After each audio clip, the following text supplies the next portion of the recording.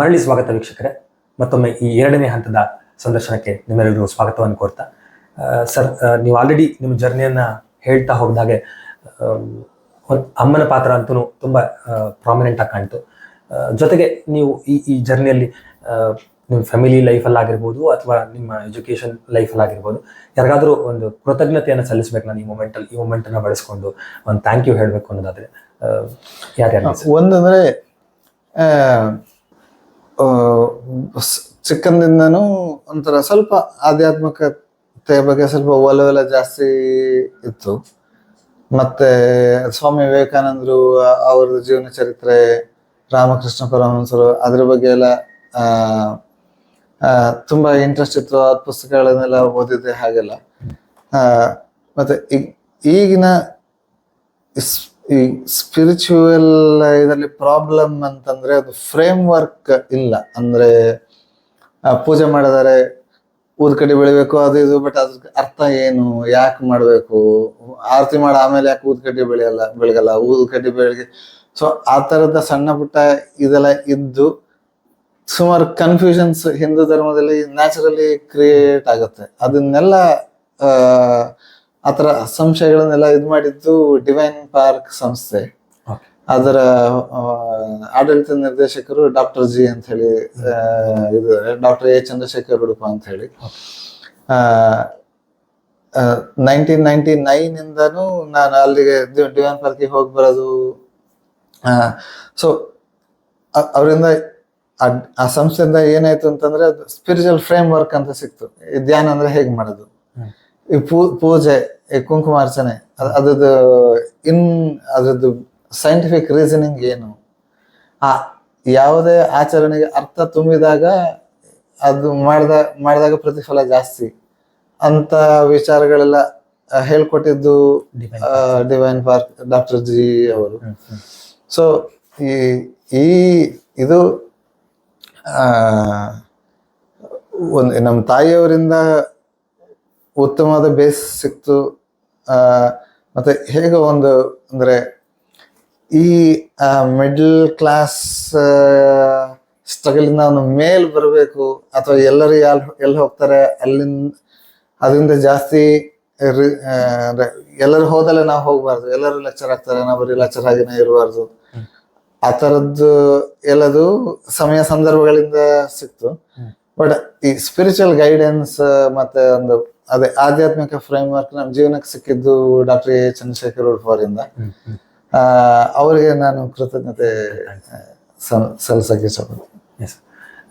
Sir, ಒಂದು ತುಂಬಾ serious ಆಗಿ ಡಿಸ್ಕಷನ್. ಆಕ್ಚುಲಿ ಈ ಮೂಮೆಂಟ್ ಅಲ್ಲಿ ಸ್ವಲ್ಪ ನೀವು ಎಮೋಷನಲ್ ಆದ್ರೆ, ಒಂದು ಸಣ್ಣ ಒಂದು ಲೈಟರ್ ಝೋನ್ ಹೋಗೋದಾದ್ರೆ, ನಿಮ್ಮ UG ಲೈಫಲ್ಲಿ ಅಥವಾ PG ಲೈಫಲ್ಲಿ ಯಾವುದಾದ್ರು ಈಗಿನ ಜನರೇಷನ್ ಕನೆಕ್ಟ್ ಆಗುವಂಥ ಯಾವುದೋ ಒಂದು ಎಂಬರಾಸಿಂಗ್ ಮೂಮೆಂಟ್ ಅಥವಾ ಒಂದು ಲೈವ್ ಮೂಮೆಂಟ್ ನೆನೆಸ್ಕೊಳ್ಳೋದಾದ್ರೆ, ಲೈಕ್ ನಿಮ್ಮ ಟೀಚರ್ಸ್ ಜೊತೆ ಇರ್ಬೋದು ಅಥವಾ ಫ್ರೆಂಡ್ಸ್ ಜೊತೆ ಇರ್ಬೋದು, ಒಂದು ಮೂಮೆಂಟ್ ಈಗಲೂ ನೆನಪಾದ್ರೆ ನಗು ಬರುತ್ತೆ ಆ ಥರದ್ದು ಒಂದು ಮೂಮೆಂಟ್ ಅಂತೇಳಿ ಇಲ್ಲ. ಐ ಮೀನ್ ಈ ಫ್ರೆಂಡ್ಸ್ ಜೊತೆ ಇದ್ದಾಗ ಬರೀ ಕೇಕೆ ಹಾಕೊಂಡು ಜಾಲಿಯಾಗೆ ಇದ್ದಿದ್ದು. ಮತ್ತೆ ಇನ್ನೊಂದಂದ್ರೆ ನಮ್ದು BAMS ಮಾಡ್ತಾ ಕರ್ನಾಟಕದವ್ರು ಬಿಟ್ಟು ಮಹಾರಾಷ್ಟ್ರ, ಉತ್ತರ ಪ್ರದೇಶ ಅವರೆಲ್ಲ ಫ್ರೆಂಡ್ಸ್ ಎಲ್ಲ ಇದ್ರು ನಮ್ ಜೊತೆಗೆ. ಬಾಪೂಜಿಲಿ ಇವನ್ MD ಮಾಡ್ತಾನು ಕೇರಳ, ಉತ್ತರ ಪ್ರದೇಶ, ಆ ಕಡೆ ಈ ಕಡೆ ಎಲ್ಲ ಒಂಥರ ಮಲ್ಟಿ ಕಲ್ಚರಲ್ ಹಾಗೆ ಬೆಳೆದಿದ್ದು. ಇದಂತ ಜ್ಞಾಪಕ ಬರ್ತಿಲ್ಲ. ಬಟ್ ಅಂದ್ರೆ ಈ ಬೈಸ್ಕೊಂಡಿದ್ದೀನಿ ನೆನಪಿದೆ, ಲೈಕ್ ಯಾವುದೋ ಒಂದು ಟೀಚರ್ ನಿಮ್ಮನ್ನು ಈ ವಿಷಯಕ್ಕೆ ತುಂಬ ಪರ್ಟಿಕ್ಯುಲರ್ ಆಗಿ ಬೈತಿದ್ರು, ಆ ಥರದ್ದು ನೆನೆಸ್ಕೊಳ್ಳೋದಂದ್ರೆ ಈಗ್ಲೂ ನಮ್ಮ ಗುರುರಾಜ ಸರ್ ಅದೇ BAMS ಅಲ್ಲಿ ಬೈಸ್ಕೊಳ್ಳೋಗಿಂತ ಅವ್ರಂತ್ರ ಇಂಡೈರೆಕ್ಟ್ ಆಗಿ ಬೈಯೋದು ಆ ಥರ ಎಲ್ಲ ಜಾಸ್ತಿ. ಹಾಗಾಗಿ ಅವ್ರು BAMS ಮಾಡ್ಬೇಕಾರಲ್ಲ ಅವ್ರಂತ್ರ ನಮ್ಗೆ ಆದರ್ಶ ಪ್ರಾಯರಾಗಿ. ಅಂದ್ರೆ ಶಿವಮೊಗ್ಗದಲ್ಲಿ ಫಸ್ಟ್ ಪ್ರೈವೇಟ್ ಕ್ಲಿನಿಕ್ ಶುರು ಮಾಡಿದ್ದು ಅವರೇ, ಇಂಡಿವಿಜುವಲಿ. ಅಂದ್ರೆ ಅಪ್ಪಂದು ಕ್ಲಿನಿಕ್ ನ ಮಕ್ಳು ನಡ್ಸೋದು ಅದು ಬೇರೆ ವಿಷಯ, ಬಟ್ ಇಂಡಿವಿಜುವಲಿ ಒಂದು ಕ್ಲಿನಿಕ್ ಮಾಡಿ ಅದು ಸಕ್ಸಸ್ಫುಲಿ ನಡ್ಸ್ಬೋದು ಅಂತೆಲ್ಲ ತೋರ್ಸ್ಕೊಟ್ಟಿದ್ದು ಅವರೇ. ಸೊ ಅವ್ರಿಗೆ ಇಂಪ್ರೆಸ್ ಮಾಡ್ಬೇಕು ಅಂತ ಎಲ್ಲ ಇತ್ತು. ಮತ್ತೆ ಜನರಲಿ ಒಂಥರ ಫಾದರ್ಲಿ ಫಿಗರ್, ಹಾಗಾಗಿ ಅವ್ರ ಕಡೆಯಿಂದಾನೆ ಬಯಸ್ಕೊಂಡು ಸ್ವಲ್ಪ ಜಾಸ್ತಿ. ಗುರುರಾಜ್. ಅದಕ್ಕೆ ಅದಾದ್ಮೇಲೂ ನೀವು ಸುಮಾರು ಇಂಟರ್ವ್ಯೂಸ್ ಅವ್ರ ಜೊತೆ ಮಾಡಿದ್ದೀರಾ ಅಂತ ನಾವು ಹೌದು, ನೋಡಿ. ಅವ್ರಿಗೆ ಈಗಲೂ ನಾವು ಅವ್ರ ಜೊತೆ ಒಂದು ಗುರುಬೋಧ ಅಂತ ಹೇಳಿ ಸೆಷನ್ ಮಾಡ್ತೀವಿ. ಅದಕ್ಕೆ 450 ಜನ ಸ್ಟೂಡೆಂಟ್ಸ್ ಇದ್ದಾರೆ ಫಾರಿನ್. ಅದು ಬಿಟ್ರೆ ನಿಮ್ ಹವ್ಯಾಸಗಳು ಬೇರೆ ಏನೇನಿದೆ ಸರ್? ಅಂದ್ರೆ ಮೂವಿ ನೋಡೋದು ಆ ತರದ್ ಏನಾದ್ರು? ಅದೆಲ್ಲ ಇದೆ. ಫಾರ್ ಎಕ್ಸಾಂಪಲ್ ಚೆಸ್ ಸ್ವಲ್ಪ ಬೆಟರ್ ಇದೆ. ಅದೇ ಯಾರು ಮಾಡದೇ ಇರೋದು ಮಾಡ್ಬೇಕು ಅನ್ನೋ ಹುಚ್ಚು ಸ್ವಲ್ಪ ಜಾಸ್ತಿ. ಇದರಲ್ಲಿ BMS ಮಾಡ್ತಾ ನಾಟಕ ಅದು ಇದೆಲ್ಲ ಮಾಡ್ತಿದೆ. ಕಾಲೇಜಲ್ಲಿ ಕೊಪ್ಪ ಕಾಲೇಜಿನ ಇತಿಹಾಸದಲ್ಲಿ ಒಂದು ಫಿಲ್ಮ್ ಸಾಂಗಿಗೆ ಡ್ಯಾನ್ಸ್ ಸ್ಟೇಜ್ ಅಲ್ಲಿ ಮಾಡಿದ್ದು ನಾನೇ ಫಸ್ಟ್. ಅಲ್ಲಿವರೆಗೆ ಫಿಲ್ಮ್ ಡ್ಯಾನ್ಸ್ ಇಲ್ಲಿ PG ಅವ್ರು ಯಾರು ಮಾಡ್ತಿರ್ಲಿಲ್ಲ. PG ಅವ್ರು ಒಂದು MD ಬರಕ್ಕೂ ಒಂಥರ ಸ್ವಲ್ಪ ಸೀರಿಯಸ್ ಇರುತ್ತೆ. ಅಲ್ಲಿ UG ಅವರು ಇರ್ತಾರೆ ಜೊತೆಗೆ, ಅವ್ರ ಮುಂದೆ ಇನ್ನೂ ಸ್ವಲ್ಪ ಸೀನಿಯರ್ ಆಗಿ ಇರ್ಬೇಕು, ಅವರಿಂದ ರೆಸ್ಪೆಕ್ಟ್ ಎಲ್ಲ ಜಾಸ್ತಿ ಇರ್ಬೇಕು. ನಮ್ಗೆ ಆತರ ಎಲ್ಲ ಇರಲಿಲ್ಲ. ನಾನೇನಂದ್ರೆ ನನಗ್ ಬರೋದು ಇಷ್ಟೇ, ನಿಮ್ಮ ಹಣೆ ಬರ ಕರಿತಿಯಾರ ಡ್ಯಾನ್ಸ್ ಮಾಡ್ತೀನಿ. ಆತರ ಒಬ್ನೇ ಇಂಡಿವಿಜುವಲ್ ಡ್ಯಾನ್ಸ್. ಅದು ಗ್ರೂಪ್ ಅಲ್ಲಾದ್ರೆ ಎಲ್ಲರೂ ಅವ್ರವ್ರದ್ದು ಮಾಡ್ತಿರ್ತಾರೆ, ನಮ್ದು ಅನ್ಸೋದು ಆತರ ಎಲ್ಲ. ಹಾಗೆ ಮತ್ತೆ ಈ ರಿಸ್ಕ್ ಟೇಕಿಂಗ್ ತರ ಇತ್ತು. ಆಮೇಲೆ ಇನ್ನೊಂದು ಯಾವ್ದು ವರ್ಲ್ಡ್ ಐರದ ಕಾಂಗ್ರೆಸ್ಗೆ ಅದಕ್ಕೆ ಹೋದಾಗ ಆ ಪುನರ್ನವ ಕಾನ್ಫರೆನ್ಸ್ ಎಲ್ಲ ಬಹುಶಃ ಅಲ್ಲಿ ಅದೇ ಇಂಟರ್ನ್ಯಾಷನಲ್ ಕಾನ್ಫರೆನ್ಸ್ ಎಲ್ಲ ದೊಡ್ಡ ದೊಡ್ಡ ವ್ಯಕ್ತಿಗಳು ಬಂದಿದ್ರು. ಅದು ಅರೇಂಜ್ಮೆಂಟ್ ಎಲ್ಲ ಮಾಡಿದೆಲ್ಲ ಒಂಥರ ಮುಂಬೈಲಿ ಒಂದು ಕಂಪ್ನಿಯಿಂದಾನೇ ಆರ್ಗನೈಸ್ ಮಾಡಕ್ಕೇನೆ ಬೇರೆಯವರೆಲ್ಲ ಇದ್ರು. ಸಡನ್ ಆಗಿ ಅವರಿಗೆ ಒಂದಿನದ ಪ್ರೋಗ್ರಾಮ್ ಶುರು ಮಾಡ್ಬೇಕಾದ್ರೆ ಧನ್ವಂತರಿ ಪ್ರಾರ್ಥನೆ ಮಾಡಕ್ಕೆ ಯಾರು ಸಿಕ್ಕಿರ್ಲಿಲ್ಲ. ಅವ್ರು ರಫ್ಲಿ ಬಂದು ಹಿಂಗ್ ಕೇಳಿದ್ರು, ಯಾರು ಧನ್ವಂತರಿ ಶ್ಲೋಕ ಹೇಳ್ತೀರಾ ದಿನ ಇದು ಮಾಡಕ್ಕೆ ಅಂತ ಹೇಳಿ. ನಾ ಹೇಳ್ದೆ ಅಂದ್ರೆ ಚೆನ್ನಾಗಿ ಹಾಡ್ತೀನಿ ಅಂತಲ್ಲ, ಬಟ್ ಯಾರು ಇಲ್ಲ ಅಂದ್ರೆ ಯಾರು ಮಾಡ್ಬೇಕಲ್ಲ, ನಾವೇ ಮಾಡುವ ಆತರ. ಹಾಗೆ ಮೇ ಬಿ ಆ ಅಪರ್ಚುನಿಟಿಗಳನ್ನ ಸಿಕ್ಕಿದ ತಕ್ಷಣ ಗ್ರಾಬ್ ಮಾಡ್ಕೊಳಕ್ ಕ್ವಾಲಿಟಿ ಒಂದು ಇಷ್ಟು ಫಾಸ್ಟ್ ಆಗಿ ನಿಮ್ಮನ್ನ ಇಲ್ಲಿವರೆಗೆ ತರೋದಕ್ಕೆ ಅದೇನು ಅಂತಂದ್ರೆ, ಈಗ ಈ ಚಿಕ್ಕಂದಿನಲ್ಲಿ ತುಂಬಾ ಹವ್ಯಾಸಗಳು ಇದ್ರೆ ನಿಮ್ಗೆ ಸ್ಟೇಜ್ ಫಿಯರ್ ಅಂತ ಇರಲ್ಲ. ಹಾಗೆ ಸರ್, ಆಕ್ಚುಲಿ ಎಲ್ಲಾ ಕ್ವಾಲಿಟೀಸ್ ನೀವು ನೋಡಿದಾಗ ಪ್ರತಿ ಏನ್ ಕೇಳಿದ್ರು ಅದು ನಾನು ಮಾಡಿದೆ. ಫಾರ್ ಎಕ್ಸಾಂಪಲ್ ಡ್ಯಾನ್ಸ್ ಆಗಿ, ಕಲ್ಚರಲ್ಸ್ ಆಗಿ, ಯಾವ ಆಸ್ಪೆಕ್ಟ್ ಕೇಳಿದ್ರು ನೀವು ಇನ್ವಾಲ್ವ್ ಆಗಿದ್ರಿ ಅದರಲ್ಲಿ. ಅಥವಾ ಈಗ ಯಾವುದೋ ಒಂದು ಕ್ವಾಲಿಟಿ ಮೇಜರ್ಲಿ ಟೆಕ್ನಿಕಲ್ ಯಾವ್ದಾದ್ರು ಒಂದು ಕ್ವಾಲಿಟಿ ನನ್ ಈ ಮಟ್ಟಕ್ಕೆ ತವರದಲ್ಲಿ ಒಂದ್ ಸ್ವಲ್ಪ ಪ್ರಮಾಣ ಹೆಚ್ಚು ಪಾತ್ರ ವಹಿಸಿದೆ ಅಂತ ಅನ್ಸಿದ್ರೆ? Basically risk taking quality has helped ಅಂತ ಹೇಳ್ಬೋದು. ಮತ್ತೆ ಈ ಕೆಲವು ಸಲ ಏನಾಗುತ್ತೆ ಅಂತಂದ್ರೆ ಎಂಡ್ ರಿಸಲ್ಟ್ ಬಗ್ಗೆ ಜಾಸ್ತಿ ತಲೆ ಕೆಡ್ಸ್ಕೊಂಬಾರ್ದು. Grind becomes more important. ಈಗ ತೆಂಡೂಲ್ಕರ್ದು ಫೇಮಸ್ ಎಕ್ಸಾಂಪಲ್ ಇದೆ. ಸ್ಕೂಲಲ್ಲಿದ್ದು ಆಟ ಆಡ್ಬೇಕಾದ್ರೆ ಯಾವ್ದೊಂದು ಸ್ವೀಪ್ ಶಾಟ್ ಹೊಡಿಯಕ್ಕೆ ಹೋಗಿ ಔಟ್ ಆಗಿ ಬರ್ತಾನೆ. ಅದನ್ನ ಟೆಸ್ಟ್ ಮ್ಯಾಚ್ ಅನ್ಸುತ್ತೆ. ಅವನಿನ ಹುಡುಗ ಅಷ್ಟೇ, 11 or 12 year old. ರಾತ್ರಿ 3 ಗಂಟೆಗೆ ಮೇಲ್ಗಡೆ ಅವ್ರಿರೋ ಹೋಟ್ಲಲ್ಲಿ ದಡ ಸೌಂಡ್ ಬರ್ತಾ ಇರುತ್ತೆ. ಮೇಲ್ಗಡೆ ಹೋಗಿ ಅವನು ಬಾಲ್ ಇಟ್ಕೊಂಡು ಗೋಡೆಗೆ ಎಸೆದು ಸ್ವೀಪ್ ಶಾಟ್ ಇದ್ ಮಾಡ್ತಿರ್ತಾನೆ. ಸೊ ಗ್ರೈಂಡ್ ಈಸ್ ಇಂಪಾರ್ಟೆಂಟ್ ಅಂದ್ರೆ ಎಂಡ್ ರಿಸಲ್ಟ್ ಎಂಡ್ ರಿಸಲ್ಟ್. ಈಗ ಕೆಲವು ಸಲ ಏನಾಗುತ್ತೆ ಅಂತಂದ್ರೆ, ನಮಗೆ ಇಷ್ಟ ಇಲ್ದಿರೋ ಜಾಬ್ ಕೆಲವು ಸಲ ಮಾಡ್ಬೇಕಾಗಿ ಬರುತ್ತೆ.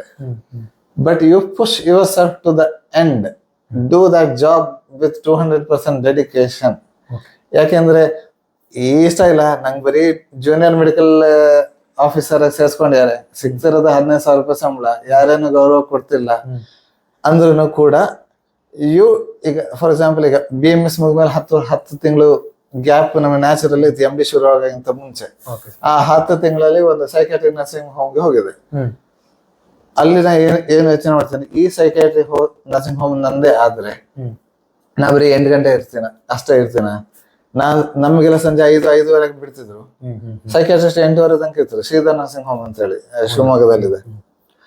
ಅವ್ರಿದ್ರೆ ನಾವು ಅವ್ರ ಜೊತೆ, ನಂದೇ ಕ್ಲಿನಿಕ್ ಆದ್ರೆ ನಾ ಇರ್ಲೇಬೇಕಲ್ಲ. ಸೊ ಅವಾಗ ಬರ್ತಿದ್ದೆ 3-4 ಸಾವಿರ ರೂಪಾಯಿ ಸಂಬಳ ಅಷ್ಟೇ. ಬಟ್ ನನಗ್ ಕೊಟ್ಟಷ್ಟು ಮಾತ್ರ ನಾ ಮಾಡ್ತೀನಿ ಅನ್ನೋ ಇದು ಮೆಂಟಾಲಿಟಿನ ಫಸ್ಟ್ಗೆನೆ ಇದ್ದು ಬಿಟ್ರೆ ನೀವು ಸರ್ಕಾರಿ ನೌಕರ ಆಗ್ಬೋದು ಅಷ್ಟೇ. ಬಿಟ್ರೆ ಪ್ರೈವೇಟ್ ಅಲ್ಲಿ ಇದ್ ಮಾಡೋದಕ್ಕೆ ಆಗೋದಿಲ್ಲ.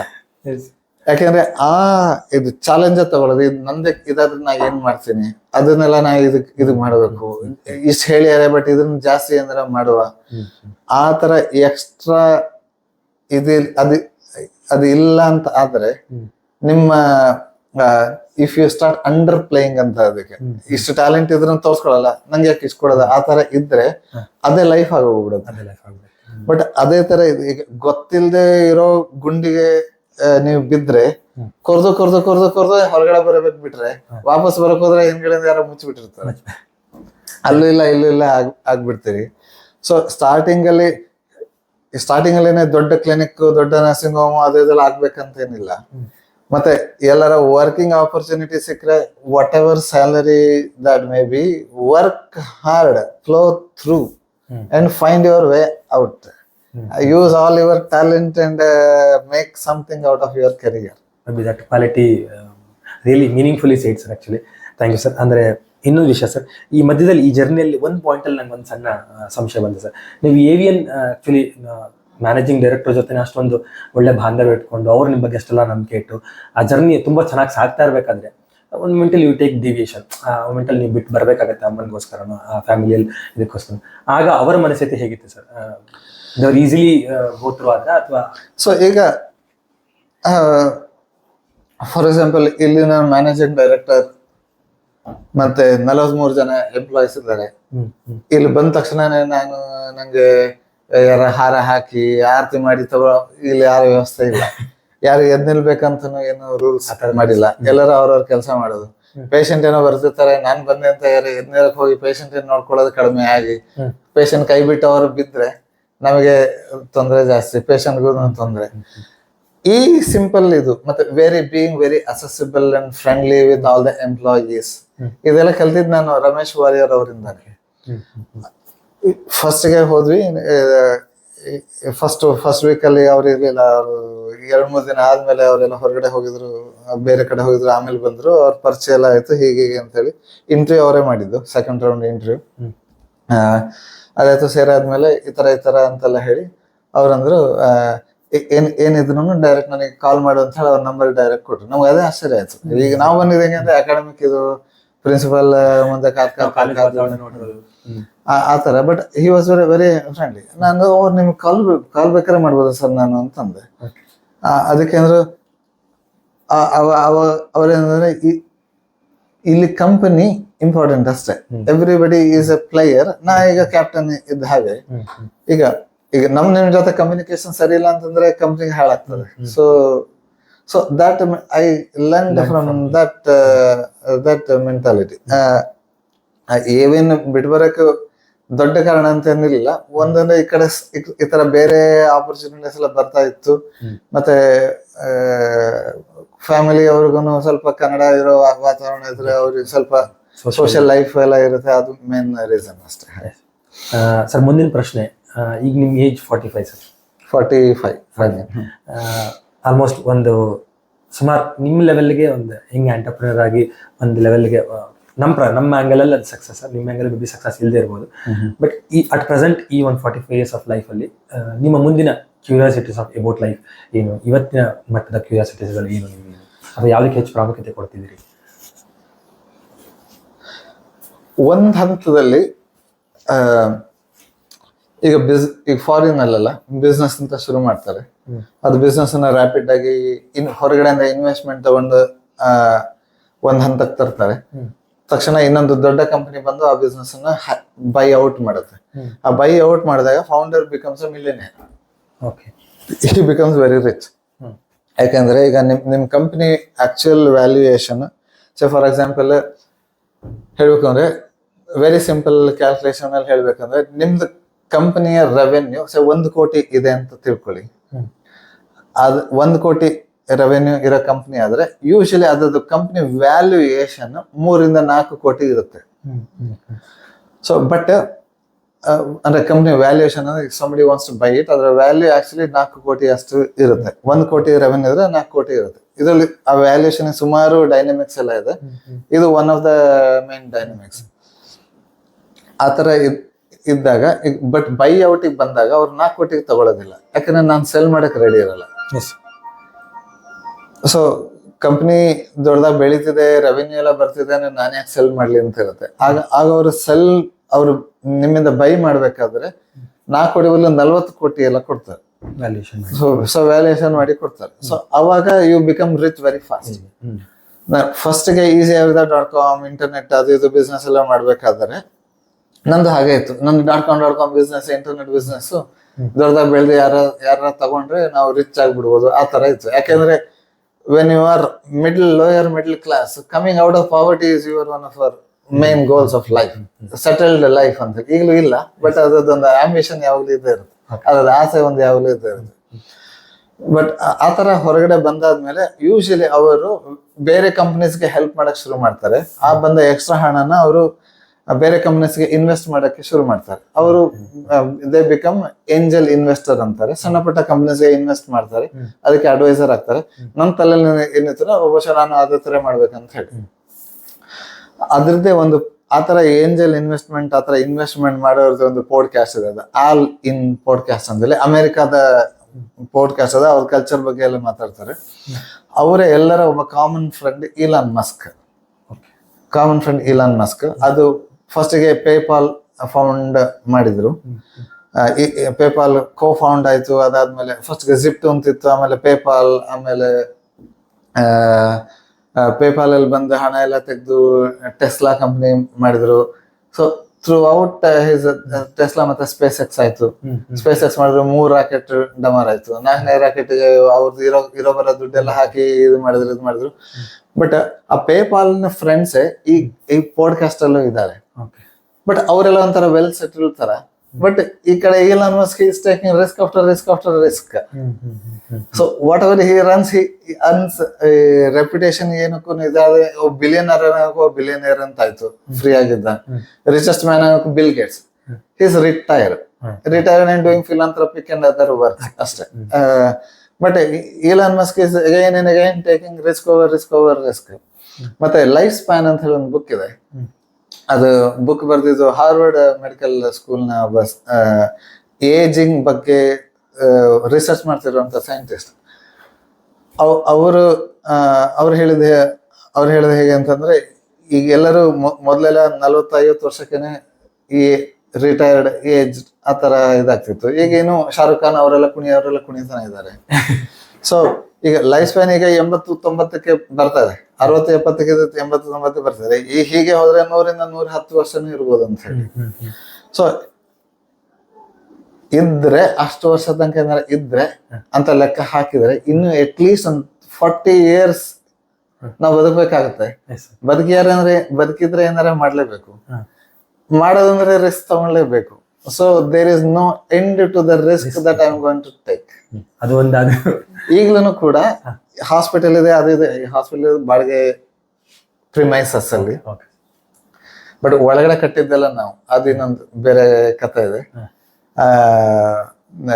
ಬಟ್ ಈಗಿರೋದು ನಾವು ಬಾಡಿಗೆ ಮನೆಯಲ್ಲೇನೆ. ಶಿವಮೊಗ್ಗದಲ್ಲಿ ಒಂದು ಮನೆ ಇದೆ, ಇದ್ ಮನೆ ಅದನ್ನ ಬಾಡಿಗೆ ಕೊಟ್ಟು ಇಲ್ಲಿ ಇದನ್ನ ಬಾಡಿಗೆ ಮನೆಯಲ್ಲಿ ಇದೀವಿ. ಇಲ್ಲಿ ಬಾಡಿಗೆ ಅಲ್ಲಿಗಿಂತ 5 ಪಟ್ಟು ಜಾಸ್ತಿ. ಮಂಗಳೂರು ಇದು. 2 ಹೆಣ್ಮಕ್ಳು, ರಿಟೈರ್ಡ್ ಅಮ್ಮ ಮತ್ತೆ ರಿಟೈರ್ಡ್ ಅತ್ತೆ, ಟೀಚರ್ಸ್ ಜೊತೆಗಿದ್ದಾರೆ. ಸೊ ನಾವು ಒಬ್ನೇ ದುಡಿಯೋಕೆ ನಮಗೆ ಮಿಸಸ್ ಇದ್ದಾರೆ. ಬಟ್ ಎಲ್ಲರೂ ಲೇಡಿ ಫೋರ್ಸ್ ಮನೇಲಿ, ಒಬ್ಬನೇ ನಾನು. ಬಟ್ ಅಂದ್ರೆ ರಿಸ್ಕ್ ತಗೊಳ್ಳೋದು ಮಾತ್ರ ಬಿಡಲ್ಲ. ಇದು ಹುಚ್ಚು ರಿಸ್ಕ್ ಅಂತಲ್ಲ. ಈ ಕೆಲವರೆಲ್ಲ ಸರ್ಕಸ್ ಮಾಡೋ ತರ ರಿಸ್ಕ್ ಅಂತಲ್ಲ, calculated risk. One of the things I visualise is, ಈಗ ಮೃತ್ಯು ಶೈಲಿ ಮಲಗಿದಾಗ ಹಿಂತಿರುಗಿ ನೋಡಿದಾಗ ರಿಗ್ರೆಟ್ ಇರಬಾರ್ದು. ಆ ದಿನ ಅದು ಮಾಡಿದ್ರೆ ಹಿಂಗಾಗ್ತಿತ್ತೇನೋ, ಅದೊಂದು ಬಿಟ್ಟು ಹೋಯ್ತು ಅಂತಿರಬಾರ್ದು. ಅದು I think of that. I fear that day of the regret that I may have at the deathbed. Actually goosebump moments. Sir, ಈ ಎಲ್ಲ ಜರ್ನಿನ ಕೇಳ್ತಾ ಒಂದಂತೂ ಗೊತ್ತಾಗತ್ತೆ, ಅಂದ್ರೆ risk taking ability, workaholic mentality, ಇದೆಲ್ಲ ಗೊತ್ತಾಗತ್ತೆ. ಇದ್ರ ಜೊತೆಗೆ ಹೌ ಯು ಹ್ಯಾಂಡಲ್ಡ್, ಅಂದ್ರೆ ಫ್ಯಾಮಿಲಿ ಲೈಫ್ ಅನ್ನೋದೊಂದು ಇದ್ದೇ ಇರುತ್ತೆ ಯಾವಾಗಲೂ. ಅದರದ್ದೇ ಆದಂಥ ಒಂದು small expectations it always be there from wife ಸೈಡಿಂದ ಆಗಿರ್ಬೋದು, ಮಕ್ಕಳಿಂದ ಆಗಿರ್ಬೋದು. So how you handled it, ಅಂದರೆ ನಿಮ್ಮ ಈ ಪ್ರೊಫೆಷನ್ ಪ್ಯಾಷನ್ ಜೊತೆಗೆ ಫ್ಯಾಮಿಲಿ. ಒಂದು ಟೈಮಲ್ಲಿ ನಮ್ಮ ಮನೇಲಿ ಒಂದು ಲಾಂಗ್ ಟರ್ಮ್ ಅನ್ನೋ ವರ್ಡ್ ಬ್ಯಾನ್ ಆಗಿತ್ತು. ಏನಾರ ಲಾಂಗ್ ಟರ್ಮ್ ಅಂದ್ರೆ ಎಲ್ಲ ಹೊಡೆಯಕ್ ಬರೋದು, ನಮ್ಮ ಮಕ್ಕಳು ಎಲ್ಲರೂ ಹೊಡೆಯಕ್ ಬರೋದು. ಯಾಕಂದ್ರೆ ಏನ್ ಮಾಡಿದ್ರು ಕೂಡ ವೆಬ್ಸೈಟ್ ಮಾಡಿದ್ವಿ, ಅದನ್ನ ರೆವೆನ್ಯೂ ಬರುತ್ತೆ, ಇವಾಗ ಬರ್ತೀರಾ ಲಾಂಗ್ ಟರ್ಮ್ ಅಲ್ಲಿ ಬರ್ತದೆ ಎಲ್ಲಾದ್ರೂ ಅವ್ರಿಗೆ ಹೇಳಿ. ಈಗ ಕಾಲೇಜಲ್ಲೇ ಓಕೆ, ನಮ್ಮಮ್ಮ ಕಾಲೇಜ್ ಸೆಟ್ಲ್ ಆಯ್ತು, ಅದೊಂಥರ ಸೆಟಲ್ಡ್ ಫೀಲಿಂಗ್ ಇತ್ತು. ಈಗ ಮತ್ತೆ ತಗೊಂಡು ಬಿಸ್ನೆಸ್ ಅಂತ ಮಾಡಿದ್ರೆ ನಾವಮ್ಮ ಎಕ್ಸಾಕ್ಟ್ಲಿ ಹೇಳಿದ್ರು, ಅಟ್ಲೀಸ್ಟ್ ನಮ್ಮ ಫ್ರೆಂಡ್ಸ್, ನಮ್ಮಮ್ಮ ರಿಟೈರ್ಡ್ ಟೀಚರ್, ಅವ್ರದ್ದು ನೆಟ್ವರ್ಕ್ ಎಲ್ಲ ಚೆನ್ನಾಗಿರ್ತದೆ. ಮುಂಚೆ ಆದ್ರೆ ಅಟ್ಲೀಸ್ಟ್ ಒಂದು ಕಾಲೇಜಲ್ಲಿ ಇದ್ದಿ, ಒಂದು ಪ್ರೊಫೆಸರ್ ಅದ ಅಂತ ಹೇಳ್ಕೊಂತಿದ್ದೆ, ಈಗ ಏನ್ ಹೇಳಿ ಅಂತಾರ. ನಾವ್ ಹೇಳಿದ್ರೆ ಲಾಂಗ್ ಟರ್ಮ್ ಅಲ್ಲಿ ನಿಮಗೆಲ್ಲ ಅಪ್ರಿಶಿಯೇಟ್ ಮಾಡಿದ್ದಾರೆ ಆತರ ಹೇಳಿ. ಈಗ ಏನಾಯ್ತು ಅಂದ್ರೆ ಈಗ ಅವ್ರಿಗೂ ಅಭ್ಯಾಸ ಆಗೋಗ್ಬಿಟ್ಟಿದೆ. ಹೀಗೆ ಇದ್ದಿದ್ದು ಈಗ ಅವರು ಹಾಸ್ಪಿಟಲ್ ಏನಾಯ್ತು ಅದು ಇದು ಏನ್ ತೊಂದ್ರೆ ಇಲ್ಲ ಆತರ ಅವ್ರೇ ನಮ್ಗೆ ಧೈರ್ಯ ತುಂಬ್ತಾರೆ. ಹಾಗೆ ಒಂದು. ಮತ್ತೆ ಇನ್ನೊಂದ್ರೆ ಮೂವಿಗೆಲ್ಲ ಹೋಗ್ತೀವಿ, ರೋಡ್ ಸೈಡ್ ಪಾನಿಪುರಿ ತಿಂತೀವಿ, ಹೊರಗಡೆ ಜಾಸ್ತಿ ವಿಷಯ ಹೇಳ್ಬೇಡಿ. ಎಂಜಾಯ್ಮೆಂಟ್ ಅಂತಿದೆ, ವರ್ಷಕ್ಕೊಂದ್ಸಲ ದೇವ್ರದಿಂದ ಹೊರಗಡೆ ಹೋಗಿ ಬರೋದು, ಅದು ಇದೆಲ್ಲ ಇದೆ. ಬಟ್ ಏನಂದ್ರೆ ಈಗ ಕೆಲವು ಸಲ ಇದು ಆಕ್ಚುಲಿ ಆಗಿರೋದು, ಕೂಡ್ಸ್ಕೊಂಡು ಹೇಳ್ತಿರೋದಲ್ಲ. ಈಗ ಮೂವಿ ಹೋಗಿ ಬಂದ್ 11:30 ಬಂದ್ ಮತ್ತೆ 11:30 1:30 2 ಗಂಟೆ ಕೆಲಸ ಮಾಡಿ ಮಲಗಿದ್ದು ಇದೆ. ಮತ್ತೆ ಬೆಳಗ್ಗೆ ಬೇಗ ಅದು ಬರೋದು. ಈಗ್ಲೂ ಸ್ಯಾಟರ್ಡೆ ಒಂದು ಸ್ಪ್ಯಾನಿಷ್ ಗ್ರೂಪಿಗೆ ಒಂದು ಕ್ಲಾಸ್ ಮಾಡ್ತೀನಿ. ಅದು ಅದ್ರಲ್ಲಿ ಮೇನ್ ಇರೋದು ಸ್ಟೂಡೆಂಟ್ಸ್ ಎಲ್ಲ ಸೆಂಟ್ರಲ್ ಅಮೆರಿಕಾದವರು, North America, USA, Canada, Mexico Spanish ಮಾತಾಡ್ತಾರೆ. ಮೆಕ್ಸಿಕೋ ಕೆಳಗಡೆ ನಿಕರಾಗುವಾ, ಪನಾಮಾ, ಈಕ್ವೆಡಾರ್ ಅದು ಇದೆಲ್ಲ ಇದೆ. ಅಲ್ಲಿವರು ತುಂಬಾ ಒಳ್ಳೆಯ ವಿದ್ಯಾರ್ಥಿಗಳು ಅದು ಇದು ಎಲ್ಲ. ಬಟ್ ಒಂದೇ ಒಂದು ಪ್ರಾಬ್ಲಮ್ ಅಂತಂದ್ರೆ ಎಕ್ಸಾಕ್ಟ್ಲಿ 12 ಗಂಟೆ ಆಚೆ ಇದ್ದಾರೆ. ಸೊ ಇಲ್ಲಿ 8 ಗಂಟೆ 8:30 ಶುರು ಮಾಡಿದ್ರೆ ಅಲ್ಲಿ ಬೆಳಿಗ್ಗೆ 8:30 ಇರುತ್ತೆ. ಸೊ 8:30 11:30 ಕ್ಲಾಸ್ ಮಾಡಿ ಮನೆಗೆ ಹೋಗೋದು ಆತರ. ಸೊ ಇದಕ್ಕೆಲ್ಲ ಏನಾಗಿದೆ ಅಂದ್ರೆ over a period of time everybody has become accustomed. ಈ ತರನೇ ಇದ್ರೆ ಸರಿ ಇರ್ತಾನೆ, ಇಲ್ಲದೆ ಮನೇಲಿ ಕೂತ್ರೆ ಆಗಿದ್ದು ಉಂಟು. ಬಟ್ ಆಮೇಲೆ ನಿಧಾನಕ್ಕೆ ಇದಾಗ್ತಾ ಅವರೇ ಅಡ್ಜಸ್ಟ್ ಆಗ್ತಾ ಹೋಗಿ. ಸರ್, ಒಂದು ಕ್ಯೂರಿಯಾಸಿಟಿ ಪ್ರಶ್ನೆ. ಈಗ ಈಸಿ ಅರ್ಧ ನೀವು .com ಶುರು ಮಾಡಿ ಸುಮಾರು 15 years ಆಯ್ತು. ಈಗ ಅದ್ರ ವ್ಯಾಲ್ಯೂಷನ್ ಹೇಗಿದೆ ಸರ್? ಅಂದ್ರೆ ನೀವು ಅದರಿಂದ ಅರ್ನ್ ಮಾಡಿ ಎಷ್ಟು ಹೇಳ್ಬೋದು ಸರ್? ಅಂದ್ರೆ ಈಗ ಏನಾಯ್ತು ಅಂದ್ರೆ ಈಗ ಫಸ್ಟಿಗೆ ಓಕೆ, ಈಗ 1 ಪಾಯಿಂಟ್ ಅಲ್ಲಿ ಅದನ್ನ ಹೇಳಿದಂಗೆ ಗೂಗಲ್ ಆಡ್ಸೆನ್ಸ್ ಇಂದಾನೆ 1.8 lakhs ಅದರಿಂದಾನೆ ಬರೋದು. ಬಟ್ ಅದರಿಂದ ಕನ್ಸಲ್ಟೇಷನ್ ಅದೆಲ್ಲ ಸೇರಿ 2.5 ಲಕ್ಷ ಬರೋದು ರೆವೆನ್ಯೂ. ಬಟ್ ರೆವೆನ್ಯೂ ಅಂತ ಹೇಳಿ ತೆಗಿತಿರ್ಲಿಲ್ಲ. ರೆವೆನ್ಯೂ ಬರ್ಸಿದಾಗೇನೆ ಅದೇ ಕೋವರ್ಕಿಂಗ್ ಇದಕ್ ಹೋದ್ವಿ, ಅಲ್ಲಿ ಇನ್ವೆಸ್ಟ್ಮೆಂಟ್ ಮಾಡಿ. ಸೊ ಬಂದಿದ್ದೆಲ್ಲದನ್ನು ನಾನು ಇನ್ವೆಸ್ಟ್ ಮಾಡ್ತಾನೆ ಹೋಗಿದ್ದು ಆಕ್ಚುಲಿ ಥ್ರೂ ಔಟ್. ಮಧ್ಯ ಯಾವಾಗಾರ ಈ ಮಕ್ಕಳ ಈಗ ಫೆಬ್ರವರಿ ಮಾರ್ಚ್ ಏಪ್ರಿಲ್ ಟೈಮ್ ಬಂತಂದ್ರೆ ಮಕ್ಕಳಿಗೆ ಈಗ ಅವರಿಗೆ ಸ್ಕೂಲ್ ಫೀಸ್ ಅದು ಇದೆಲ್ಲ ಮಾಡ್ಬೇಕು, ಆಗೊಂಚೂರು ಖರ್ಚು ಕಡಿಮೆ ಮಾಡೋದು. ಮತ್ತೆ ಇನ್ನೊಂದು ಯಾವ್ದೋ ಹೊಸ ಸಾಫ್ಟ್ವೇರ್ ಬಂತು ಅದಕ್ಕೆ ಇನ್ವೆಸ್ಟ್ ಮಾಡೋದು, ಆ ತರನೇ ಇದ್ದಿದ್ದು. ರೆವೆನ್ಯೂ ಇಸ್ ಎಕ್ಸಾಕ್ಟ್ ಫಿಗರ್ ನಿಮ್ಗೆ ಬೇಕಂತಂದ್ರೆ ಈಗ ಯಾವಾಗ ನಾನು ಅರೌಂಡ್ 1.5 to 2 lakhs ಅರ್ನ್ ಮಾಡ್ತಿದ್ದೆ, ಆಗ ಅರೌಂಡ್ ಕಾಲೇಜ್ ಬಿಡ್ಬೇಕಾದ್ರೆ ಅರೌಂಡ್ 40,000 ಇತ್ತು ರೆವೆನ್ಯೂ. ಯಾಕಂದ್ರೆ ಕಾಲೇಜಲ್ಲಿ ಅದರಿಂದ ಚೂರು ಕಡಿಮೆ ಇತ್ತು salary. So 40,000 was the revenue that I was getting from the ಇದು. ಬಟ್ ಅದಕ್ಕೆ ಇನ್ವೆಸ್ಟ್ಮೆಂಟ್ ಇತ್ತು, ಯಾಕಂದ್ರೆ ಸಾಫ್ಟ್ವೇರ್, ಅದಕ್ಕೆ hosting fees, antivirus protection, malware protection ಅದು ಇದೆಲ್ಲ ಇತ್ತು. ಎಲ್ಲ ಮಾಡಿ ಒಂದು 30,000 ಏನೋ ಬರೋದು. 10,000 ಅಷ್ಟು ಇನ್ವೆಸ್ಟ್ಮೆಂಟ್ ಇತ್ತು 2014ರಲ್ಲಿ ನಾವು ಬಿಡ್ಬೇಕಾದ್ರೆ. ಅಲ್ಲಿಂದ ಬೆಳಿತಾನೂ ಹೋಯ್ತು. ಆವರೇಜ್ ಅಂತಂದ್ರೆ ಒಂದು 70,000 to 75,000 ರೇಂಜ್ ಅಲ್ಲಿ ಅಷ್ಟು ಕಂಪನಿಯಿಂದ ತೆಗಿತಿದ್ದೆ. ಉಳಿದಿದ್ದೆಲ್ಲ ಇನ್ವೆಸ್ಟ್ಮೆಂಟ್ ಮಾಡಿ ಬೆಳೆಸ್ತಾ ಇದ್ದೆ. ಈಗ್ಲೂ ತಗೊಳ್ಳೋ ಸ್ಯಾಲ್ರಿ ಜಾಸ್ತಿ ಇದ್ರೂ ಕೂಡ ಏನಾಗಿದೆ ಅಂತಂದ್ರೆ ಅಂದ್ರೆ ಇನ್ನು ಹಾಸ್ಪಿಟಲ್ ಸೆಟಲ್ಡ್ ಆಗಿಲ್ಲ. ರೂಮ್ ಎಲ್ಲ AC ಗಿಸಿ ಚೆನ್ನಾಗಿದೆ, ಬಟ್ ಪೇಷಂಟ್ಸ್ ಬರೋದು ಇನ್ನು ಸೆಟ್ಲ್ ಆಗಿಲ್ಲ. ಇದುವರೆಗೆ 19 ತಿಂಗಳಲ್ಲಿ 190 ಜನ ಫಾರಿನರ್ಸ್ ಎಲ್ಲ ಬಂದಿದ್ದಾರೆ, ಸ್ಟೂಡೆಂಟ್ಸ್ ಅದು ಇದೆಲ್ಲ ಇದ್ರೂ ಕೂಡ still we are not like making real money. So ಏನಾಗಿದೆ ಮತ್ತೆ ತೆಗೆದು ಮತ್ತೆ ಸ್ಯಾಲರಿ ತಗೊಂಡು ಮತ್ತೆ ವಾಪಸ್ ಕಂಪ್ನಿಗೆ ಹಾಕೋ ಪರಿಸ್ಥಿತಿ ನಡೀತಿದ್ವಿ. ಹ್ಮ್. ಸೊ ಈಗಲೂ ಅಷ್ಟರಲ್ಲೇ ಇದೆ ರೆವೆನ್ಯೂ. ಒಂದ್ಸಲ ಈ ಶಾರ್ಕ್ ಟ್ಯಾಂಕ್ ಅದೆಲ್ಲ ಈ ನೋಡ್ತಿರೋರು ಯಾರಿಗಾರು ಕೂಡ ಬಿಸ್ನೆಸ್ ಬಗ್ಗೆ ಅರ್ಥ ಮಾಡ್ಬೇಕಂದ್ರೆ ಇಂಡಿಯಾದ ಶಾರ್ಕ್ ಟ್ಯಾಂಕ್ ಇದೆ, ಅದನ್ನು ನೋಡಿ. ಅಮೆರಿಕ ಶಾರ್ಕ್ ಟ್ಯಾಂಕ್ ವರ್ಷನ್ ಇದೆ, ಅದನ್ನು ನೋಡಿ. Individual revenue will start mattering very less and less. Company valuation ಮತ್ತೆ company survival and its valuation matters more and more than individual earning. ಏನಂದ್ರೆ ಯಾವ ಟರ್ಮ್ ಅನ್ನ ಫ್ಯಾಮಿಲಿ ಅವ್ರು ಹೇಟ್ ಮಾಡ್ತಿದ್ರು, long term vision makes the difference. ಈಗ ಬೇಕಂತಂದ್ರೆ ಒಂದಷ್ಟು ಜನ ಎಂಪ್ಲಾಯೀಸ್ ಅನ್ನು ಕಡಿಮೆ ಮಾಡಿದ್ರೆ ರೆವೆನ್ಯೂ ಉಳಿಯುತ್ತೆ, ಆ ರೆವೆನ್ಯೂ ಜಾಸ್ತಿ ಸ್ಯಾಲರಿ ತೆಗಿಬಹುದು. ಅದ್ರಗಿಂತ ಇನ್ನು ಜಾಸ್ತಿ ಎಂಪ್ಲಾಯೀಸ್ ಅನ್ನ ಹಿಡ್ಕೊಂಡು ಜಾಸ್ತಿ ಕೆಲಸ ಮಾಡಿ ಜಾಸ್ತಿ ರೆವೆನ್ಯೂ ಕಂಪನಿ ಬರ್ತಿದ್ದಷ್ಟು ಒಳ್ಳೇದು. ಆತರ ಅದು ಒಂದು ಪಾರ್ಟ್ ಸರ್. ಈಗ ಹಾಸ್ಪಿಟಲ್ಗೆ ನೀವು ಇದು ಆಲ್ರೆಡಿ ಈ ಸ್ಪೇಸ್ ನಿಮ್ ಸ್ವಂತ ನಿಮ್ದೇ ಸರ್? ಸ್ಪೇಸ್ ನಮ್ ಸ್ವಂತ ಅಲ್ಲ, ಇದು ನಿಮ್ದು ಅಲ್ಲ. ಬಿಲ್ಡಿಂಗ್ ಅಲ್ಲಿ ಮುಂಚೆ ಒಂದು ಇದಿತ್ತು, ಏನಂತಾರೆ, ಒಂದು ಕಾಲ್ ಸೆಂಟರ್ ಇತ್ತು. ಅದು ಕೋವಿಡ್ ಆದ್ಮೇಲೆ ಕಾಲ್ ಸೆಂಟರ್ ನಿಂತು ಹೋಗಿತ್ತು. ಇದ್ರ owner is one of the very reputed ಇವರು ಭಾರತ್ ಬಿಡಿ ವರ್ಕ್ಸ್ ಅಂತ ಇದೆ. ಅವರು ವೆರಿ ಫೇಮಸ್ ಮತ್ತೆ very business friendly people. So ಅವರು ರೆಂಟಿಗೆ ಕೊಟ್ಟಿರೋದು. ರೆಂಟಿಗೆ ಕೊಟ್ಟಾಗ ಕಡಿಮೆ, ಬೇರೆ ಕಡೆ ನಾವು ನೋಡೋದಕ್ಕಿಂತ ಕಡಿಮೆ ರೆಂಟಿಗೆನೆ ಸಿಕ್ತು. ಬಟ್ ಅವ್ರೇನಂದ್ರೆ ಒಳಗಡೆ ನೀವೇ ಮಾಡ್ಕೊಬೇಕಂತ ಹೇಳಿ.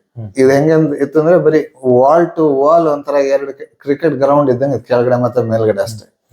ಸೊ ಒಳಗಡೆ ಕನ್ಸ್ಟ್ರಕ್ಷನ್ ನಾವೇ ಮಾಡಿದ್ದು. ಸೊ ಅದಕ್ಕೆ ಸುಮಾರು ಕೋಟ್ಯಾಂತರ ರೂಪಾಯಿ ಇನ್ವೆಸ್ಟ್ಮೆಂಟ್ ಬೇಕಾಗಿ ಬಂತು. ಮಾಧವಬಾಗ್ ಅವರು ಹೆಲ್ಪ್ ಮಾಡಿದ್ರು, ಮತ್ತೆ ನಮ್ಮಲ್ಲೂ ಇರೋರ ಎಲ್ಲದನ್ನು ತೆಗೆದು ಹಾಕಿ ಮತ್ತೆ ಬ್ಯಾಂಕ್ ಲೋನ್ ಎಲ್ಲ ಮಾಡಿರುವಂತ ಬಿಲ್ಡಿಂಗ್. ಮತ್ತೆ ಈಗ ನಾಳೆನೆ ಅವ್ರು ಬಿಡುವಾಗ ಹೇಳಿದ್ರೆ ಏನ್ ಮಾಡುದು ಅಂತಂದ್ರೆ ಇಲ್ಲಿ 10 years ಅಗ್ರಿಮೆಂಟ್ ತರ ಮಾಡ್ಕೊಂಡಿದೀವಿ. So at least 10 years we are here. ಹಾಗೆ. Okay sir. ಸರ್, ಇದೆಲ್ಲ ಕೇಳಿದ್ಮೇಲೆ ಒಂದು ಅನ್ಸೋದು, ನಿಮ್ ದಿನಚರಿ ಹೇಗಿರ್ಬೋದು ಅನ್ನೋ ಕುತೂಹಲ ಸರ್. ಯೂಶಲಿ ಕಾಮನ್ ಆಗಿ ಪ್ರತಿದಿನ ಹಾಗೆ ಇರಲ್ಲ ಅನ್ಸುತ್ತೆ, ಹೇಗಿರ್ಬೋದು? ಬೆಳಿಗ್ಗೆ 4:30 5:30 ಒಳಗಡೆ ಎದ್ದು ಪೂಜೆ ಪುನಸ್ಕಾರ, ಮಕ್ಕಳಿಗೆ ಕಳಿಸೋದು ಎಲ್ಲ ಮಾಡಿ, ಜಿಮ್ ಅಲ್ಲಿ ಒಂದು ಯೋಗ. ಯಾಕಂದ್ರೆ ಇದೆಲ್ಲ ಮಾಡ್ಬೇಕಾದ್ರೆ pain is one of the your constant companion. ಅದನ್ನ ತಡ್ಕೊಬೇಕಂತಂದ್ರೆ ಮಸ್ಕ್ಯುಲರ್ ಪೈನ್ ಇದ್ರೆ your mind becomes like little hard. ಅದನ್ನ ಹೇಗೆ ಎಕ್ಸ್ಪ್ಲೇನ್ ಮಾಡೋದು ಗೊತ್ತಿಲ್ಲ. ಈಗ ಪೇಷಂಟ್ಸ್ ಗೆಲ್ಲ ಹೇಳ್ತಾನೆ ಕೂಡ, ಯಾರಿಗೆ ಸ್ಟ್ರೆಸ್ ಆಂಗ್ಸೈಟಿ ಇರುತ್ತೆ ಅವರಿಗೆ I encourage them to like have physical pain. ಆದ್ರೆ ಆ ಮಸಲ್ ಪಂಪ್ ಆಗ್ಬೇಕಾದ್ರೆ ಒಂದಷ್ಟು ಧೈರ್ಯ ಬರ್ತದೆ. ಮತ್ತೆ ರನ್ನಿಂಗ್, ಟ್ರೆಡ್ಮಿಲ್ ರನ್ನಿಂಗ್ ಅದೆಲ್ಲ ಮಾಡ್ಬೇಕಾದ್ರೆ it becomes kind of a meditation type. It becomes relaxing experience, although you are sweating and everything.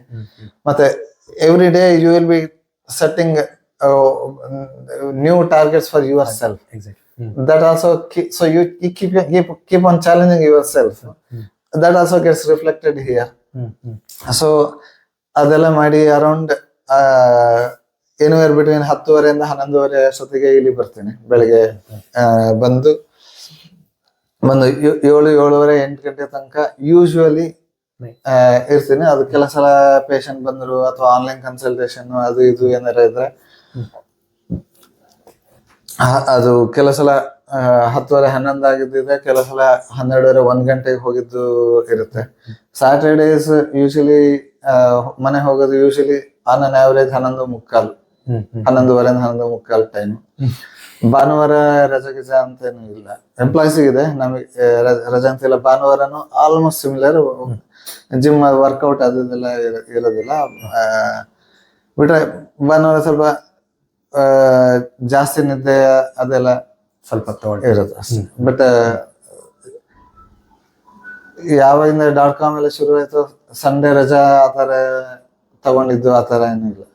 Okay sir. Okay, ಅಂದ್ರೆ ಈಗ 4:50 ಅಥವಾ ಆ ಟೈಮ್ ಶುರುವಾಗಿದ್ದು ಈಗ ಎಂಡ್ ಆಗೋದು 12 o'clock ಆದ್ರೆ ಆ ಮೊಮೆಂಟ್ ಅಲ್ಲಿ ನಿಮ್ಮ ಎನರ್ಜಿ ಅದೇ ಬ್ಯಾಲೆನ್ಸ್ ಆಗ್ತಿರುತ್ತೆ ಸರ್. ಇಲ್ಲ ಈಗ 4:30 ಶುರು ಆದ ಯೂಶುವಲಿ 10:30 ಆವರೇಜ್ ವಾರದಲ್ಲಿ ಒಂದು 3-4 ದಿನ ಅಂತೂ 11 ಗಂಟೆ ಮಲಗೋದಿರುತ್ತೆ. ಮತ್ತೆ ಇರೋ 12 ಗಂಟೆಗೆಲ್ಲ ಆದ್ರೆ ಮತ್ತೆ ನೆಕ್ಸ್ಟ್ ದಿನ ಹೇಳೋದು ಸ್ವಲ್ಪ ಲೇಟ್. ಆ ಅಡ್ಜಸ್ಟ್ಮೆಂಟ್ ಎಲ್ಲ ಇದ್ದೇ ಇದೆ. ಮತ್ತೆ 40+ ಆದ್ಮೇಲೆ ಒಂದು ಎನರ್ಜಿಲಿ ಒಂದು 25% ಡ್ರಾಪ್ ಆಗ್ತದೆ. ದೋ we do not like it happens. So ಮತ್ತೆ ಸೊ ಅದಕ್ಕೊಂದು ನಾವು ಅಡ್ಜಸ್ಟ್ ಮಾಡ್ಕೋಬೇಕಾಗತ್ತೆ. ಮತ್ತೆ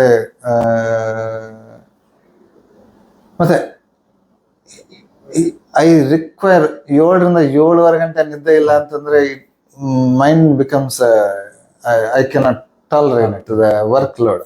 ಹಾಗಾಗಿ ಕೆಲವು ಸಲ ಮಧ್ಯಾಹ್ನ ದಿವಾ ಸ್ವಪ್ನ ಮಾಡ್ತೀನಿ. ಆಯುರ್ವೇದದಲ್ಲಿ ಅತಿ ವ್ಯಾಯಾಮ ಮಾಡೋರಿಗೆ ದಿವಾ ಸ್ವಪ್ನ ಇದೆ ಅಂತ ಇದೆ.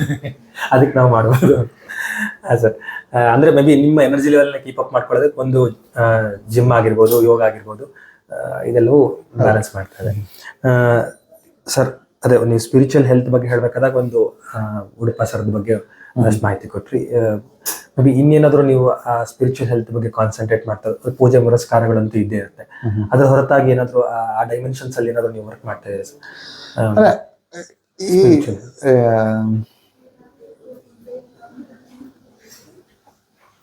ಒಂದೇನ್ ಹೇಳ್ಬೋದಂದ್ರೆ throughout the journey there was always inner, ಅದು ಕೆಲವರು ಇಂಟ್ಯೂಷನ್ ಅಂತ ಅಂತಾರೆ. So there is some inner force guide. ಅದನ್ನೇ ನಾವು ಕೃಷ್ಣ ರಾಮ ಕೃಷ್ಣ ಅಂತೆಲ್ಲ ಹೇಳೋದು. ಅದು ಯಾವಾಗ್ಲೂ ಒಂದು ಕರೆಕ್ಟ್ ಗೈಡೆನ್ಸ್ ಕೊಡೋದು, ಅಥವಾ ಹೀಗ್ ಮಾಡಬೇಡ ಅಥವಾ ಹೀಗೆ ಮಾಡು, ಆತರ ಒಂದ್ ಹಂತಕ್ಕಿದೆ. ಬಿಟ್ರೆ ಆಧ್ಯಾತ್ಮಿಕ ತೀರಾ ಪ್ರಬುದ್ಧ ಆತರ ಏನಿಲ್ಲ. ಸರ್ ನೀವು ಆಗ್ಲೇ ರಮೇಶ್ ವಾರಿಯರ್ ಸರ್ ಕಂಟೆಕ್ಸ್ಟ್ ತಂದು ಒಂದು ವಿಷಯನ ಹೇಳಿದ್ರೆ, ಅಂದ್ರೆ ವರ್ಕಿಂಗ್ ಸ್ಪೇಸ್ ಹೇಗೆ as N MD, as N head of the institution ಹೇಗೆ ಮಾಡಬೇಕು ಅಂತ ಅದೊಂದು ಕ್ಯೂರಿಯಾಸಿಟಿ ಇದ್ದೇ ಇರುತ್ತೆ ಸರ್. ಒಬ್ಬ ಹೆಡ್ ಆಫ್ ದ ಇನ್ಸ್ಟಿಟ್ಯೂಷನ್ ಆದಾಗ ಅವರ ವರ್ಕಿಂಗ್ ಫೋರ್ಸನ್ನ, ಅವರ ಸಹ ಸಿಬ್ಬಂದಿಗಳ ಜೊತೆ ಹೇಗೆ ವರ್ತಿಸ್ತಾರೆ ಅನ್ನೋ ಒಂದು ನಿಮ್ಮ style of dealing with this resource ಇದು ಅಂತಂದ್ರೆ ನನ್ನ ಸ್ಟೈಲ್ ಆಕ್ಚುಲಿ ದೇರ್ ಇಸ್ ಅದು ಯೂನಿವರ್ಸಲಿ ಅಕ್ಸೆಪ್ಟೆಡ್ ತರ ಅಲ್ಲ. ಯಾಕೆಂದ್ರೆ ನನ್ನ ಹೇಗಂದ್ರೆ, ಈಗ ನಿಮಗೆ ಕೆಲಸ ವಹಿಸಿದ್ರೆ ನೀವು ಮಾಡ್ತೀರಿ ಅಂತ ಹೇಳಿ, ಅದ್ರಲ್ಲಿ ಸೂಪರ್ವಿಷನ್ ಆ ಥರ ಎಲ್ಲ ಮಾಡೋದು ಸ್ವಲ್ಪ ಕಡಿಮೆ. ಬಟ್ ಅಂದ್ರೆ ಅದು ನಾವು ಸಣ್ಣ ಟೀಮ್ ಇರ್ಬೇಕಾದ್ರೆ ಬರೀ 7 ಜನ 8 ಜನ .com ವರ್ಕ್ ಮಾತ್ರ ಇರ್ಬೇಕಾದ್ರೆ ನಡೀತಿತ್ತು. ಬಟ್ ಇವಾಗ ಅದು ಸ್ವಲ್ಪ ಸ್ಟೈಲ್ ಚೇಂಜ್ ಮಾಡ್ಬೇಕಾಗಿ ಬರ್ತಾ ಇದೆ. ನೀವು ಗೂಗಲ್ ಅಲ್ಲಿ ಅಲ್ಲಿ ಹುಡುಕ್ಬೋದು. ನೀವು ಓದೋದಾದ್ರೂ ಕೂಡ ಶೂ ಡಾಗ್ ಅಂತ ಹೇಳಿ ಒಂದು ಪುಸ್ತಕ ಇದೆ. ಅದು ನೈಕಿ ಫೌಂಡರ್ ಫಿಲ್ ನೈಟ್ ಬರ್ದಿರೋಂಥದ್ದು. ಅದು ಎಲ್ಲರೂ ಅದನ್ನ ನನಗೆ ಕೇಳಿದ್ರೆ ಫೈನರಿ ಎಲ್ಲ ಒಂದು ಟೆಕ್ಸ್ಟ್ ಬುಕ್ ಆಗಿ ಇಡ್ಬೇಕು ಅನ್ಸುತ್ತೆ. ನನಗೆ ಕೇಳಿದ್ರೆ ನನಗೆ ಫ್ರೀಡಮ್ ಕೊಟ್ರೆ ಅದು ಹೆಸರು ಶೂ ಡಾಗ್. ಶೂ ಡಾಗ್ ಅಂದ್ರೆ ಬೂಟ್ ಮ್ಯಾನುಫ್ಯಾಕ್ಚರರ್ಸ್ಗೆ ಶೂ ಡಾಗ್ ಅಂತಾರೆ. ಅದು common term to explain. Phil Knight ಬರ್ದಿರೋಂಥದ್ದು. ಅದು ಬರ್ದಿದ್ದು ಒಂಥರ ನಾವೆಲ್ ತರ ಇದೆ. ಸೊ ಅದರಲ್ಲಿ ಅವರು ನೈಕಿ ಕಂಪನಿ ಫೌಂಡ್ ಮಾಡಿದ್ಮೇಲೆ ಒಂದು 10-12 ಪ್ರಿನ್ಸಿಪಲ್ಸ್ ಬರ್ದಿದ್ದಾರೆ. ಅದನ್ನ ಎಲ್ಲರೂ ಒಂದು ಟೀಮ್ ಅಂತ ಕಟ್ಟಿ ಏನಾರ ಮಾಡ್ಬೇಕಂತಿದ್ರೆ ಅದು ಎಲ್ಲರೂ ಓದ್ಬೇಕಾಗಿರೋಂಥದ್ದು. ಅದರಲ್ಲಿ ಹೇಗೆ ಹೇಳಿದ್ರೆ, one of the decision is make sure that your people keep there promises ಅಂತ ಹೇಳಿ. ಅಂದ್ರೆ ಈ ವರ್ಕ್ ನಿಮಗೆ ಕೊಟ್ಟ ಮೇಲೆ ನಾಯಕನಾಗಿ ಅದನ್ನ ನೀವು ಮಾಡ್ತಿದ್ದೀ, ಅದನ್ನ ನಿಮಗೆ ಮಾಡೋ ತರ ಮಾಡೋದು ನನ್ನ ಜವಾಬ್ದಾರಿ ಅಂತ ಹೇಳಿ. ಸೂಪರ್ವೈಸ್ ಮಾಡೋದಕ್ಕಿಂತ ಹೆಚ್ಚಾಗಿ ಸೂಪರ್ವೈಸ್ ಮಾಡೋದು, ಏನಾರ ಪ್ರಾಬ್ಲಮ್ ಅಂದ್ರೆ ಶೂಟ್ ಮಾಡೋದು. ಕೆಲವು ಸಲ ಈ ವರ್ಕ್ ಅಂತಂದ್ರೆ ಲಾಂಗ್ ಟರ್ಮ್ ಇದು ಮಾಡುವಾಗ ಸ್ಟೂಡೆಂಟ್ ಲೈಫ್ ಅಲ್ಲೂ ಕೂಡ ಕೆಲವು ಫೇಸ್ ಅಲ್ಲಿ ನಾವು ತುಂಬಾ ಓದ್ತೀವಿ. ಕೆಲವು ಸಲ ಸ್ವಲ್ಪ ಮೂಡು ಅದ್ರಲ್ಲಿ ಕಡಿಮೆ ಆಗುತ್ತೆ. ಮತ್ತೆ ಮೇಲೆ ಅದೆಲ್ಲ ಇದ್ರೂ ಕೂಡ ಆವರೇಜ್ ನಿಮ್ಮ ಪರ್ಫಾರ್ಮೆನ್ಸ್ ಜಾಸ್ತಿ ತರ ನೋಡ್ಕೊಳ್ಳೋದು ನಮ್ ಜವಾಬ್ದಾರಿ. Approach is friendly. ಬಟ್ ಈ ಜರ್ನಿಲಿ ಕೆಲವ್ರನ್ನ ನಾನು ಮನೆಗೆ ಕಳ್ಸಿದ್ದು ಇದೆ.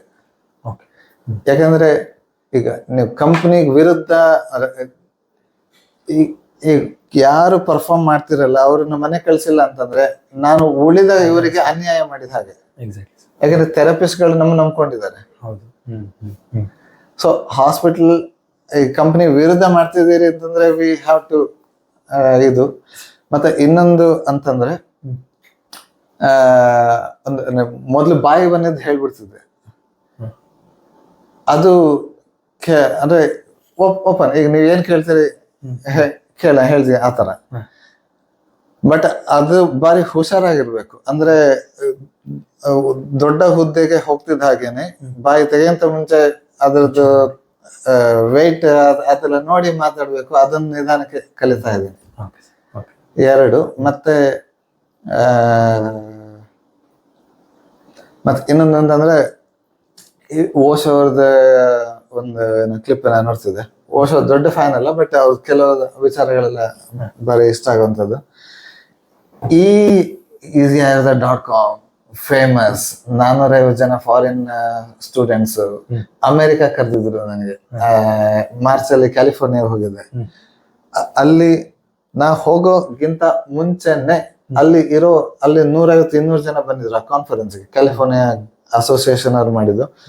200-250 ಜನ ಇದ್ರೆ ಅಷ್ಟು ಜನಕ್ಕೂ ನಾ ಈಸಿ ಆಗಿರೋದ ಏನು, ಡಾಕ್ಟರ್ ಹೆಬ್ಬಾರ್ ಅಂದ್ರೆ ಏನಂತ ಗೊತ್ತಿತ್ತು.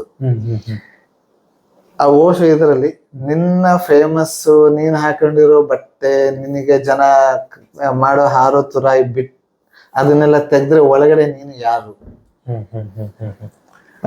ಜನ ನಿನ್ಗೆ ಪ್ರೀತಿಯಿಂದ ನಿನ್ನ ಸುತ್ತಮುತ್ತ ಮಕ್ಳಿದಾರೆ, ಪ್ರೀತಿ ಮಾಡೋ ಹೆಂಡ್ತಿದಾರೆ, ಅವರಿದ್ದಾರೆ, ಅವರೆಲ್ಲ ಬಿಟ್ಟು ನೀ ಯಾರು? ಅದಕ್ಕೆ ಆನ್ಸರ್ ಗೊತ್ತಿಲ್ಲ. ಬಟ್ ಎಲ್ಲ ಹೊರಗಡೆ ಎಲ್ಲದು ಒಂಥರ ಟೆಂಪರರಿ ಟೈಪ್, ಆ ತರ ಫೀಲಿಂಗ್ ಅಂತೂ ಇದೆ. ಸರ್, ಸುಮಾರು ವಿಷಯಗಳು ಅಂದ್ರೆ ಸುಮಾರು ಕೋಟ್ ಮಾಡ್ತಾ ಇದ್ದಾರೆ. ಸುಮಾರು ಬುಕ್ಸ್ ಆಗಿರ್ಬೋದು, ಸುಮಾರು ಟೆಕ್ನಾಲಜಿಕಲಿ ಥಿಂಗ್ಸ್ ಆಗಿರ್ಬೋದು, ಶಾರ್ಟ್ ಟ್ಯಾಂಕ್, ಸುಮಾರು ವಿಷಯಗಳು ಕೋಟ್ ಮಾಡ್ತಾ ಇದ್ವಿ. ಅಂದ್ರೆ ಇವಾಗ್ಲೂ ನೀವು ಓದೋ ಹವ್ಯಾಸನ ಉಳಿಸ್ಕೊಂಡಿದ್ದೀರಾ ಸರ್? ಅಂದ್ರೆ ಓದ ಸಿಗ್ತಿದ್ಯಾ? ಆಕ್ಚುಲಿ ಐಡಿಯಲಿ ನಂದು ಇದರಲ್ಲಿ ಫಸ್ಟ್ಗೆ ನಾನು ಮೆಂಟಲಿ ಇದ್ದಿದ್ದು ದಿನಕ್ಕೆ 50 ನಿಮಿಷ ಯಾವ್ದಾರ ಬಿಸ್ನೆಸ್ ಬುಕ್ ಓದಬೇಕು. 50 ನಿಮಿಷ ಇದು ಆಗ್ತಿಲ್ಲ, 5 ಆಗೋದು ಕಷ್ಟ ಆಯ್ತು. 50 ನಿಮಿಷ ಆಯುರ್ವೇದ ಬಗ್ಗೆ ಓದ್ಬೇಕು, 50 ನಿಮಿಷ ಟೆಕ್ನಾಲಜಿ ಬಗ್ಗೆ ಓದ್ಬೇಕು, ಅಥವಾ ಯೂಟ್ಯೂಬ್ ವಿಡಿಯೋಸ್ ಅದು ಇದು ನೋಡ್ಬೇಕು. 50 ನಿಮಿಷ ಮಾಡರ್ನ್ ಮೆಡಿಕಲ್ ಅಡ್ವಾನ್ಸಸ್ ಏನಾಗ್ತಿದೆ ಅದ್ರ ಬಗ್ಗೆ ಓದ್ಬೇಕು. ಇದು ಐಡಿಯಲಿ ಇದ್ದಿದ್ದು. ಬಟ್ ಯಾವತ್ತು ಆತರ ಆಗಿದ್ದೇ ಇಲ್ಲ. ಅಟ್ಲೀಸ್ಟ್ ಈಗ ಕಾರಲ್ಲಿ ಹೋಗ್ತಾ ಬರ್ತಾ ಯೂಟ್ಯೂಬ್ ಇಂಟರ್ವ್ಯೂಸ್, ಪಾಡ್ಕಾಸ್ಟ್ ಅದು ಇದು ಕೇಳೋದು, ಆ ತರದ್ದು ಎಲ್ಲ ಇದೆ. ಮತ್ತೆ ಟೆಕ್ನಾಲಜಿ ಬಗ್ಗೆ ಕುತೂಹಲ. ಈಗ AI ಬರ್ತಿದೆ, ಅದರಲ್ಲಿ ಹೇಗೆ ಆಯುರ್ವೇದಕ್ಕೆ ಇಂಪ್ಲಿಮೆಂಟ್ ಮಾಡೋದು, ಈ ಚಾಲೆಂಜಸ್ ಎಲ್ಲ ಇದ್ದಿದ್ದೇನೆ. ಸೊ ಈ ನಾಲೆಡ್ಜ್ ಬೇಸ್ಡ್ ಕಂಪನಿ ಅಂತಂದ್ರೆ ನಾಲೆಡ್ಜ್ ಈಸ್ ಯುವರ್ ಅಸ್ತ್ರ. ಅಸ್ತ್ರ ಇಟ್ರೆ ಕಷ್ಟ. Okay sir. ಒಂದು ಶಾರ್ಟ್ ಬ್ರೇಕ್ ತಗೊಳ್ಳೋಣ.